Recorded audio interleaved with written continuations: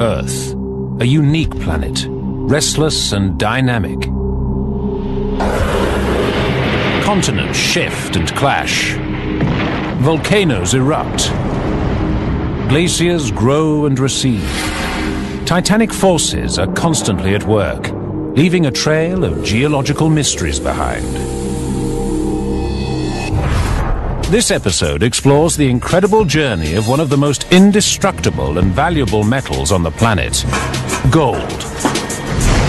Created in outer space, an immense explosion blasted minute particles of gold at 70 million miles per hour into the rocks that form our planet. How tiny pieces of scattered gold accumulated to form massive deposits is one of Earth's great mysteries. To find the answer, geological detectives sift through ancient riverbeds, hunting for hidden treasures above and below ground, and investigating natural wonders, finding clues that ultimately reveal how the Earth was made.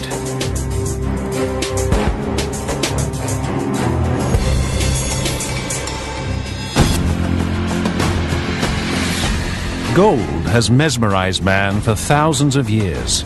The oldest known precious metal, it plays a powerful role in almost every culture on Earth. Since humans have been on this planet, gold has been prized. It is such a unique mineral. It is beautiful. You can take an ounce of gold and stretch it in a thin string, and it'll go for 35 miles. But the key to gold's enduring value is its inactivity. It won't bind with anything else except itself. Gold doesn't get used up, it gets recycled. The ring you're wearing may be the exact same gold that was in some of the gold the pharaohs wore centuries ago. With all these properties, it's no wonder gold has been treasured by man down through history. Man has mined gold for thousands of years, but only found 160,000 tons worldwide, enough to fit comfortably inside a small house. Physicists discovered that this ultimate metal was created in outer space, long before planet Earth existed, over 5 billion years ago. Gold and other heavy metal atoms formed in the maelstrom of a supernova, a giant dying star. As it exploded, shockwaves blasted minute gold particles across the universe at 70 million miles per hour, scattering them far and wide throughout the early solar system. As this cloud of rubble compacted together, the gold became trapped inside the rocks of the newly forming planet Earth. Widely dispersed and inactive, to this day, most of the Earth's gold remains as tiny, isolated particles in the rocks. It's ironic, but gold is around us everywhere. It's in the soil in our backyards. It's in these rocks here in the riverbeds. But the problem is, it's in very small amounts. In these rocks, the gold may be at 1 part per billion. That's like finding just a grain of sand in an Olympic-sized swimming pool. Unusually large stashes of gold are concentrated in a handful of very special places around the world. The largest in southern Australia, China, South Africa, Peru, and the western United States. It's the geologist's job to find out where and why the Earth accumulates gold in large enough quantities to mine. The pioneers of gold geology were not scientists, but hungry prospectors who scrutinized the rocks. Their story in America began over 150 years ago, by accident. In 1848, in the small Californian town of Coloma, along the American River, James Marshall was digging a trench for a water wheel to power his sawmill when he made an extraordinary discovery. He was digging it down during the day and then using water at night to flush out the sand and gravel. And he looked, and there on the bedrock were a couple of gold nuggets. Rumors of California's river gold spread like wildfire. By 1849, over 90,000 people from around the world had descended on the state. Nicknamed the 49ers, they scoured the streams in a bid to find their fortune. Their first challenge was to work out where gold accumulated in the river. They quickly discovered that gold wasn't just strewn anywhere along its course. A clue to where the gold would be concentrated is black sand in areas like this. You take a sample and pan it out. The 49ers soon realized that if they found heavy black sand in their pan, they were often in luck. The process of panning is a simple one. You're really trying to separate light materials from heavy materials. In this sluggish water, the heavy particles sink to the bottom of the pan. And you repeat the process of washing away light materials and then concentrating the heavies on the bottom until you get down to just the black sand and hopefully some nice gold. Even a small nugget like that. In the same way, rivers and streams separate the heavy particles from the light. The gold and black sand are flushed downstream, but as they hit the sluggish water on the inner bends, they drop out of the flow.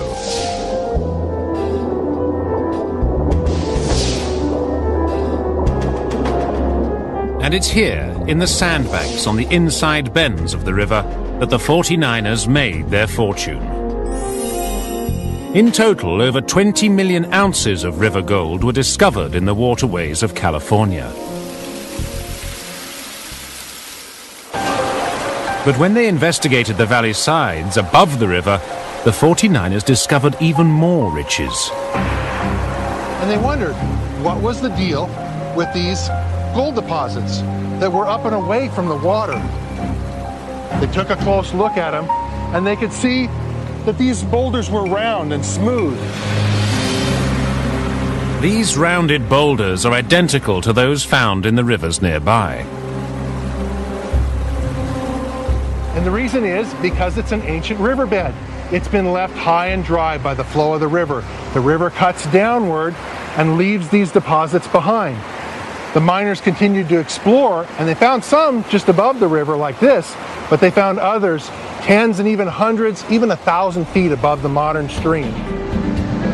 Using water jets, the 49ers blasted and flushed out a further 50 million ounces of ancient river gold from California's hills, which still bear the scars years later. Similar river gold deposits have formed all over the world, including the greatest treasure trove ever found, Witwatersrand in South Africa. Its discovery in 1886 caused another massive gold rush.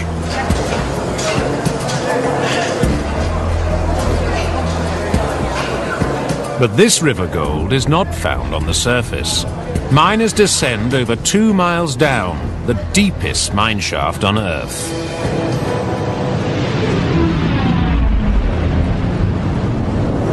Half the gold on this planet has been produced from that one group of deposits. Most geologists believe that these unique deposits formed from ancient river systems, concentrating these in old river gravels.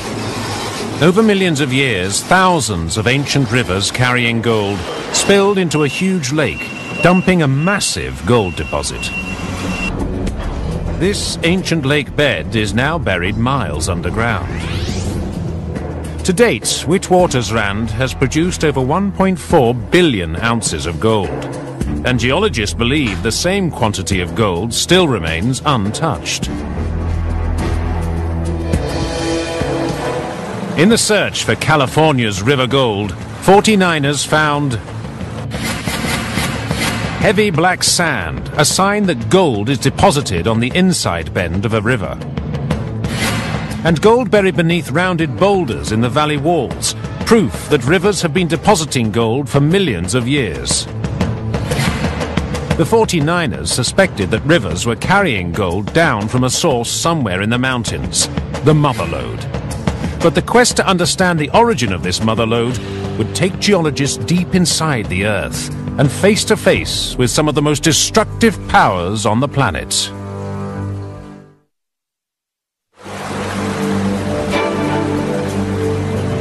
In the 19th century, the 49ers plucked 70 million ounces of river gold from California's streams and ancient riverbeds. But this easy gold didn't last. The race was on to find the source of the river gold, the mother lode, and they set off into the mountains to investigate. And this is what the old-timers were really looking for. A big wide vein of quartz, filled with gold. It runs literally for miles through the countryside. They were able to mine millions of ounces of gold from sources just like this. With the discovery of mother lode gold, the nature of prospecting changed. Hundreds of mines sprung up all over California, employing thousands of men. Discovering what geological force had concentrated gold in California's mountains puzzled scientists for decades. In 1853, the Allegheny mine opened in Sierra County, California. Today, it's over 1,000 meters deep with miles of tunnels, all leading to one special slice of rock in the mountain. Here I am in the middle of the mother lode vein. It must be about 40 feet thick, and it goes down half a mile into the earth. This is the gold-bearing quartz vein that the miners were seeking. Quartz forms from a liquid, and as it solidifies, it traps lumps of gold inside it. It is loaded with gold. If we break these quartz veins open, though, we can see perhaps small amounts of gold within the quartz. This is just an amazing piece of quartz. You can see all the free gold in it. It's just bright and glistens. There are actually clues to how the gold got here within the quartz that was deposited with the gold. Trapped inside the quartz are tiny bubbles of fluid. They are minute remnants of a stream of water and minerals that once gushed up this vein.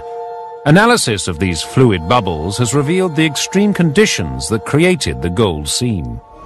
That gold was deposited at 600 degrees Fahrenheit. It was a very, very hot fluid that brought the gold and the quartz to this location and deposited the vein. But what was the driving force creating all this hot fluid which carried the gold? In an old quarry nearby lies a clue. The gold-bearing quartz vein, here stained brown, is flanked by strange beds of altered rock.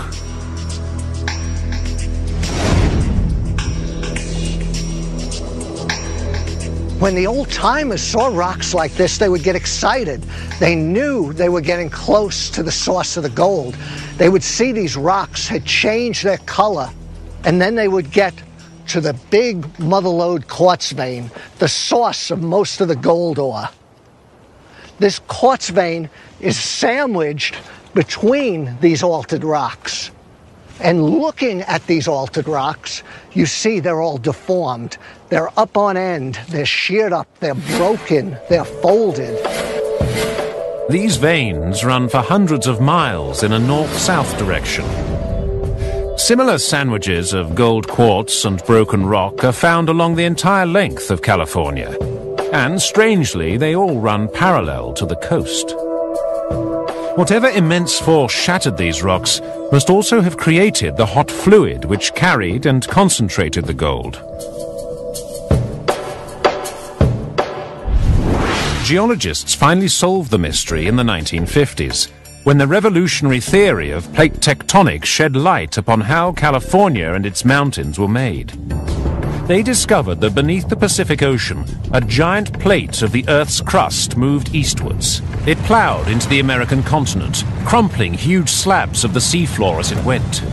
If this big rock is ancient North America, over the last 300 million years, We had a spreading ocean floor push the ocean and sediments on top of the ocean against North America and stack these pieces of ocean floor and sediments on ocean floor up on end against Western North America. California was pushed above the waves, a mountainous mass of crushed, crumpled and upended rocks, separated by huge cracks running deep into the crust, creating a landscape compiled of giant slabs stacked parallel to the coast. This immense mountain building process also had the power to create a piping hot fluid. Buried rocks were squashed under unbearable pressure.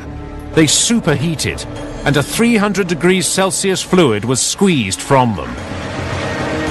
Like water running in a river, this piping hot fluid had the ability to concentrate the scattered gold. As it washed through the rock, it leached out minute particles of gold, creating a mineral-rich soup. It poured into the giant cracks, which pipelined it to the surface. As the fluid cooled, the gold coagulated, and the quartz crystallized, forming a solid, gold-bearing quartz vein. In total, 35 million ounces of this mountain gold were blasted out of California, one of the most profitable gold mining areas of its time. Wherever you have oceanic plates colliding with the edge of a continent, you're always going to create fluid, you're always going to move those trace amounts of gold, and that will get focused into major faults to form large load gold deposits. They're part of the mountain building process.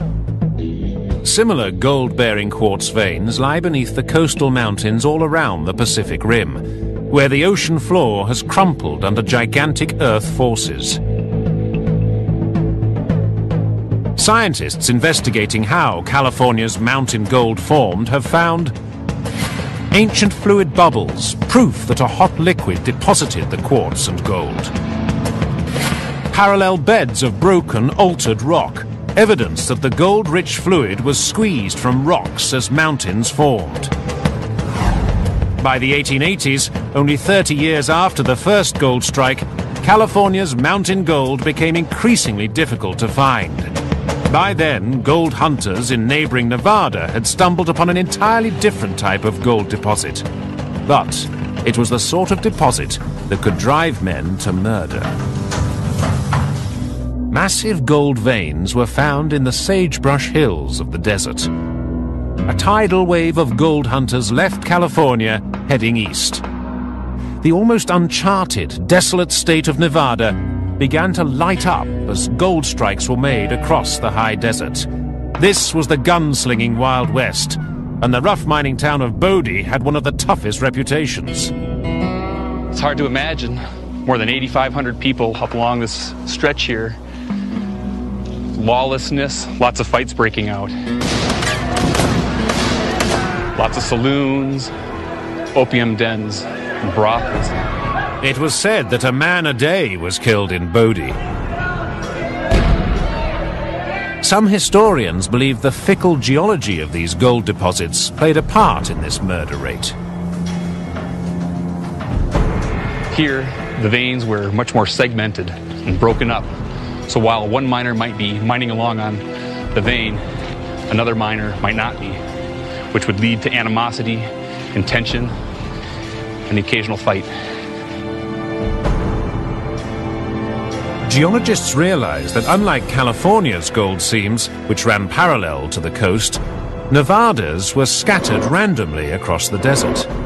But why were Nevada's gold veins so chaotic? 300 miles northeast of the cramped old mine in Bodie is the Midas mine. Large enough to drive a truck down, it's one of a handful of remaining gold quartz mines in Nevada. And it's a geologist's paradise. It's wonderful to have an underground mine because when you go underground, you have a three-dimensional picture of the geology. It really helps you get a feel for what clues to be looking at that we might see on the surface, that we might see better expressed underground. Working mines like Midas have become geological laboratories, helping to unlock the mystery of Nevada's scattered gold veins. Every day, the miners drill the face and pack it with explosives, exposing new networks of quartz veins.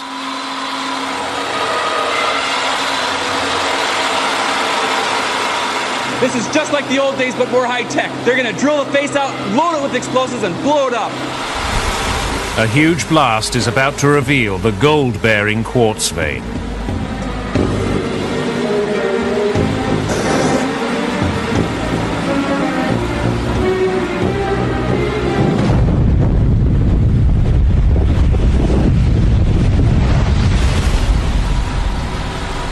That was great, and to think it's so much safer than what the old-timers had to go through.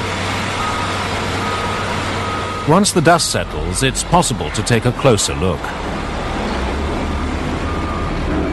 This is quite a nice big quartz vein. If I compare these quartz veins to the veins that I've seen in California, they're substantially different.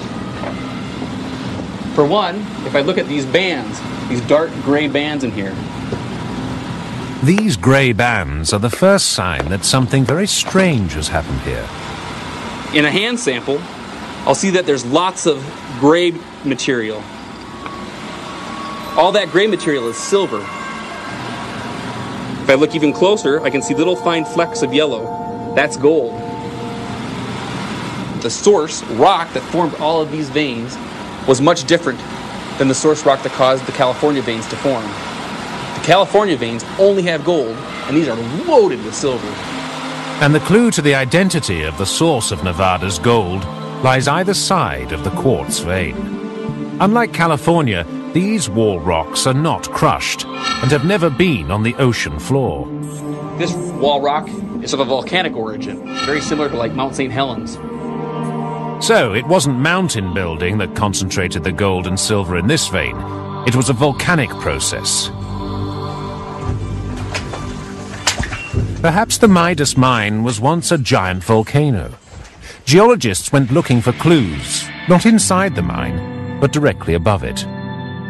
Everywhere above the Midas mine, we see these strange outcrops. They're flat on the top like a table, and if I look closer, I can see fine little bands and layers. The outcrop is made of very thin layers, just millimeters thick, and there are thousands stacked on top of each other, like a deck of cards. You've got browns and yellows, whites and purples. Understanding outcrops like this will help us understand why gold is deposited at such shallow depths within the Midas mine.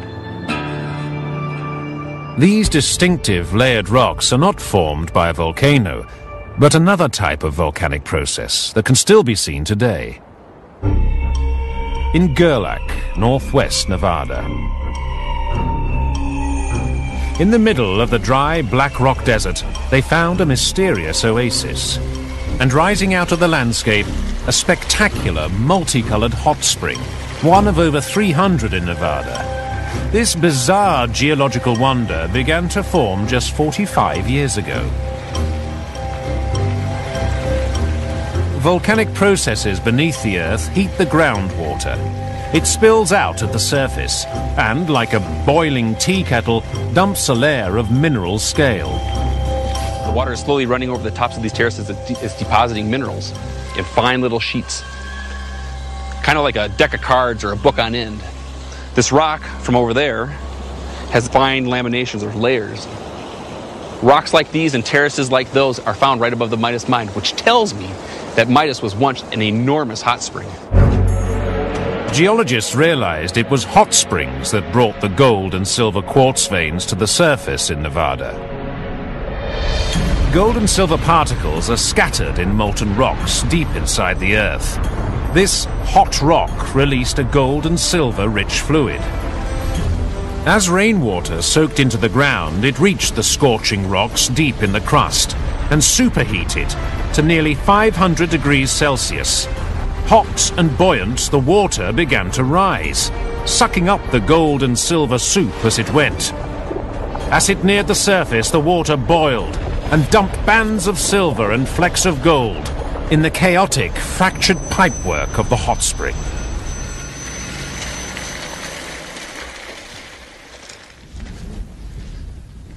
Imagine this landscape 15 million years ago. Volcanoes as far as the eye could see, hot springs dotting the landscape here and there.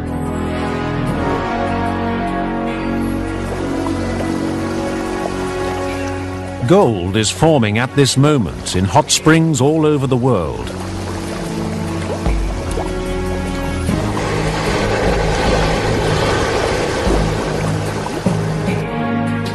One of the world's biggest and most profitable gold mines, Yanacocha, is in northern Peru. It has gold and silver deposits which man has plundered since the rule of the Inca 800 years ago. High in the volcanic Andes, it's a massive 535 square miles and has produced over millions of pounds worth of gold, all of it originating beneath a bubbling hot spring. Scientists investigating how gold-silver veins formed in Nevada have found volcanic wall rock, proof that the gold-rich fluid came from molten rock, and a multicolored layered outcrop, evidence that ancient hot springs deposited gold in Nevada. Nevada's hot spring gold deposits yielded over 40 million ounces of gold and 500 million ounces of silver. But by 1920, Nevada's gold seams were increasingly uneconomical to mine. The deserts became littered with ghost towns. It looked like America had run out of gold. But in 1961, a new type of deposit was found. But it couldn't be seen or touched, it was invisible. It would become the biggest strike in the history of America's gold.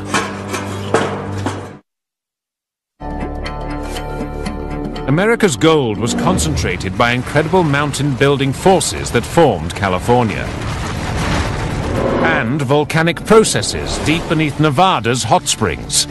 But as the deposits became exhausted, geologists frantically searched for new stashes of gold. Then, in 1961, geologist and gold prospector John Livermore noticed a suspicious 50-mile-long crack in the middle of Nevada, called the Carlin Trend, and set out to investigate. John Livermore came to these hills following up a theory that gold deposits would be aligned directly above a deep crack in the Earth's crust. He'd come up to outcrops like this, and he would go ahead and want to look at them. The rocks are a strange mixture of mud and quartz, a mineral created in hot fluid, and a good clue that gold might be deposited nearby. But based on his experience, he knew a lot of hot fluid had come up this crack. However, he couldn't see any evidence of gold, no quartz veins, no visible gold. But on a hunch, he sampled this rock, took it back to the assay lab to see if there was any gold in it. In assay labs, rocks are crushed and blasted in a furnace to over 900 degrees Celsius. And as the liquid rock cools, the minerals begin to separate. At the end of this process, something extraordinary has happened. An ordinary-looking rock actually contained a grain of gold. At a concentration of about 5,000 times you would normally see in the Earth. Doesn't look like much, but this is what they mine every day. Livermore's hunch paid off. 50 miles long and 5 miles wide, the Carlin Trend is now one of the largest mining districts in the world. This vast man-made pit is big enough to be seen from space. This is the Betsy Post Pit, one of the world's largest gold mines. It contains 45 million ounces of gold. They have to mine 10 tons of rock in order to get 1 ounce out. As you can see, it's huge, 2 miles long, mile wide, 2,000 feet deep.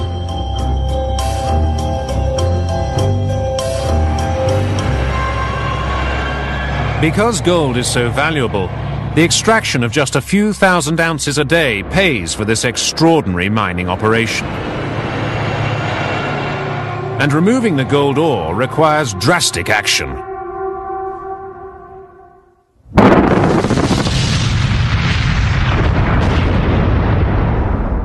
Wow. That's what 400,000 pounds of explosives looks like.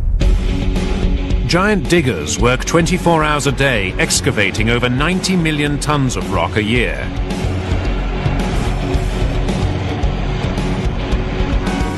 But within this raw gold ore, not a speck of gold has ever been seen with the naked eye. The mystery is, where's the gold? You can't see it. The rocks look really ordinary. The clue to where this gold is hidden is in the internal structure of this rock. Magnified 500 times, the gold is still invisible. But this rock is an extraordinary lattice of quartz and mud, perforated with strange cavities. It looks like a honeycomb, like something's eaten away at it. Clearly, some strange geologic process has concentrated and hidden the gold in the rock. Scientists realized if they were going to solve the puzzle of how gold came to be hiding in these rocks, first they would have to understand where the rocks came from. A clue was found in the 19th century by cattle rancher Absalom Lehman in the eastern reaches of Nevada.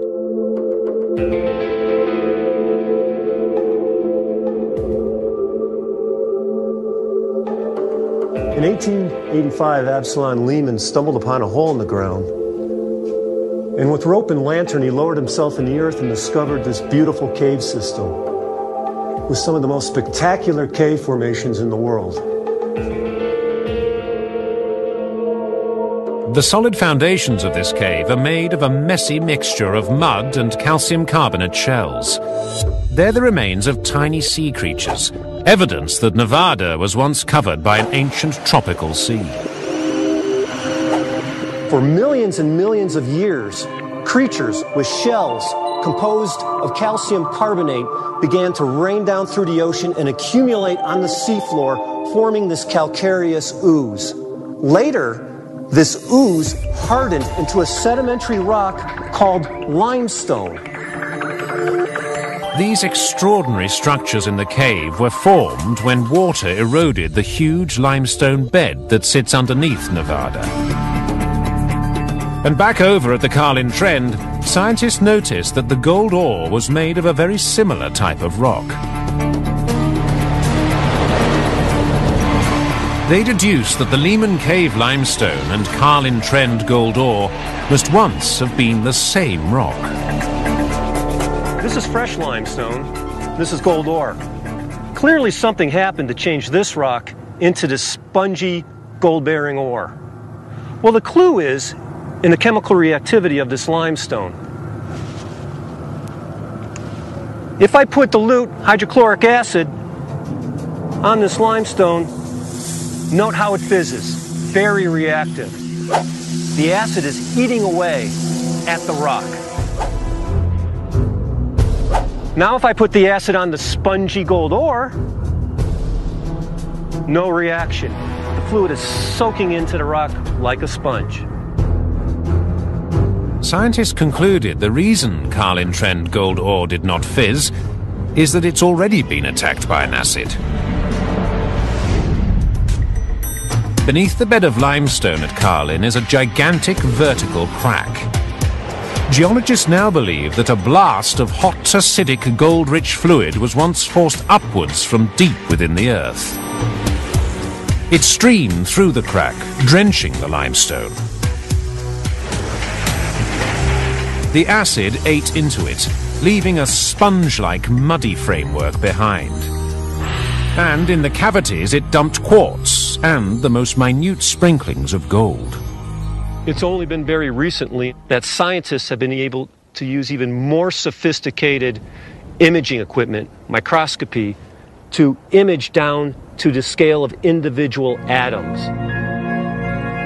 Magnified 100,000 times, tiny specks of submicroscopic gold can be seen embedded in the rock. Zooming in further, a staggering 4 million times, the gold particle is finally revealed. This fleck of gold is only 5 nanometers in diameter, 1/1,000,000th the size of a pinhead, and each tiny white dot is an individual gold atom.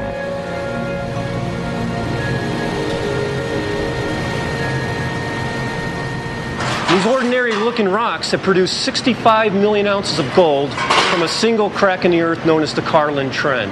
And it's made the United States the fourth largest gold producer in the world.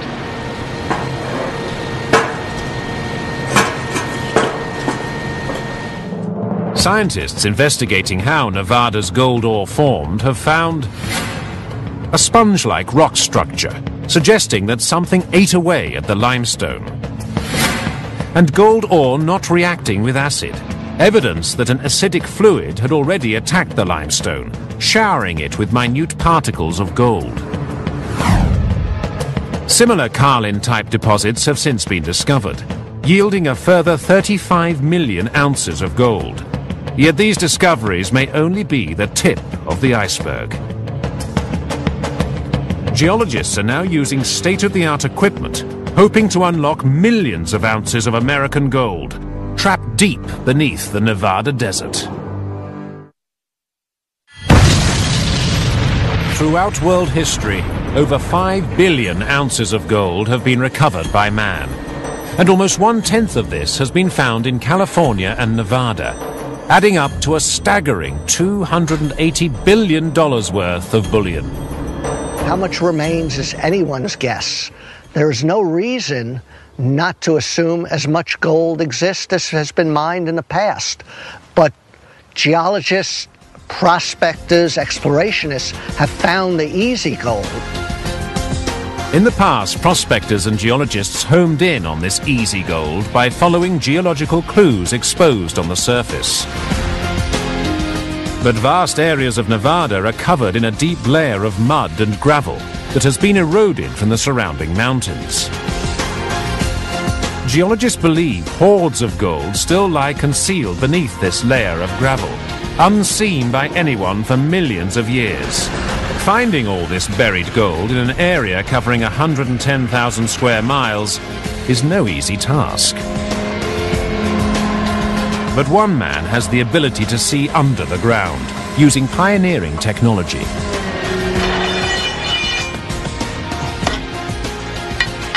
I've got gold in the hills around me. I've got good reason to believe there's gold beneath me in the rocks, if I could just see through this sand and gravel. This little piece of equipment, I believe, is going to help me figure that out.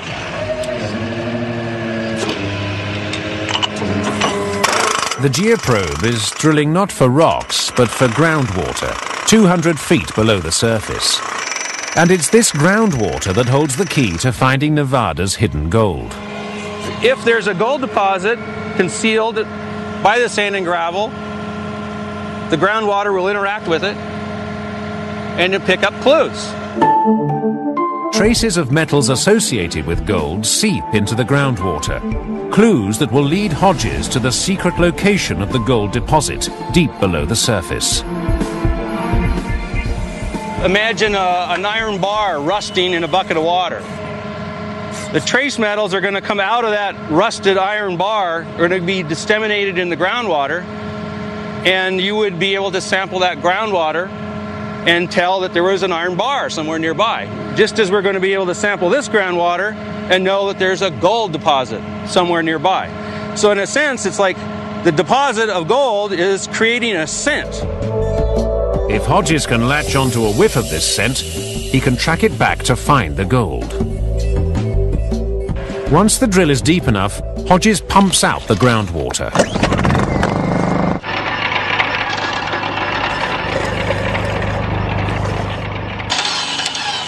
Okay, I think I've got enough sample now. Somewhere in this bucket of muddy water, I believe you've got some clues. This is no ordinary pickup truck. It's a state-of-the-art mobile laboratory. Hodges measures how many trace metals are in the groundwater, and the scent here is particularly strong. And it's telling me that I've likely got a lot more trace metals. Arsenic, antimony, mercury, copper, lead, zinc are the kinds of trace metals that are often associated with gold deposits. And it looks to me like we've moving in the right direction. In the same way the old-timers traced the gold up into the mountains, Hodges tracks the increasing concentration of trace metals in the groundwater. It's like a little childhood game of hide and go seek. Am I getting hotter or am I getting colder? And that makes it a science. The net is tightening around the gold deposit. The scent is strongest in this 4 square mile target zone. But it's still too large an area to begin test drilling for gold. To focus in further, Hodges needs to literally see inside the earth. Well, this instrument here is the gravitometer. And it has the ability to measure how dense the rocks are beneath this point. Just as there's a landscape here on the horizon behind me, there's a landscape in the bedrock underneath me. Multiple readings from the gravitometer create a secret treasure map of the terrain submerged beneath the surface gravel. From this rock density map, Hodges can pinpoint the likely location of the gold deposit. He's found a suspect gash in the earth, over a mile long and 250 feet below the surface. It's a good sign, as gold is often found deposited in deep cracks. It's time to start drilling for gold. The diamond-studded drill probes the crack and extracts a cylinder of bedrock. This is the first in a sequence of test drills along the crack, and the results are tantalizing. After all this traveling around, I'm finally able to see the rocks for the first time. These rocks have been out of view for millions of years, and to me, it's one of the most exciting things about this line of work. I get to look at these rocks before anybody else has ever seen them, and I can compare them with the rocks that I've seen elsewhere in the mountains. In this piece of core, I've seen several different kinds of fragments of rocks. Some of them are quartz. Quartz, we know, is good for gold. Hodges could be on the verge of a massive gold strike, adding to his tally of 30 million ounces discovered so far. Reaching down into the earth, pulling out a sample that says there's gold in it, and realizing that you've done it. And in a sense, it connects you with those old timers, that same spirit of the Old West. It's exciting. It's pioneering geologists like Hodges who will find what's left of America's gold. Scientists and prospectors investigating how gold is concentrated around the world have found gold in heavy black sands, evidence that rivers concentrate gold on the inside bends. Parallel beds of broken, altered rock, proof that gold-rich fluid was squeezed from California's mountains.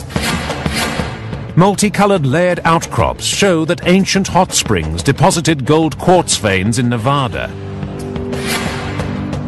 And spongy gold ore, evidence that an acid dumped minute sprinklings of gold in the rock. The Earth does not relinquish her gold treasure easily. Man's irresistible urge to find gold is the driving force which helped pioneer the science of geology. Investigating how gold is concentrated across the world is not just a story of metal and mining. It's an epic tale that has revealed how the Earth is dynamically changing to this day, and over billions of years of the planet's history. Living proof that the Earth is never at rest.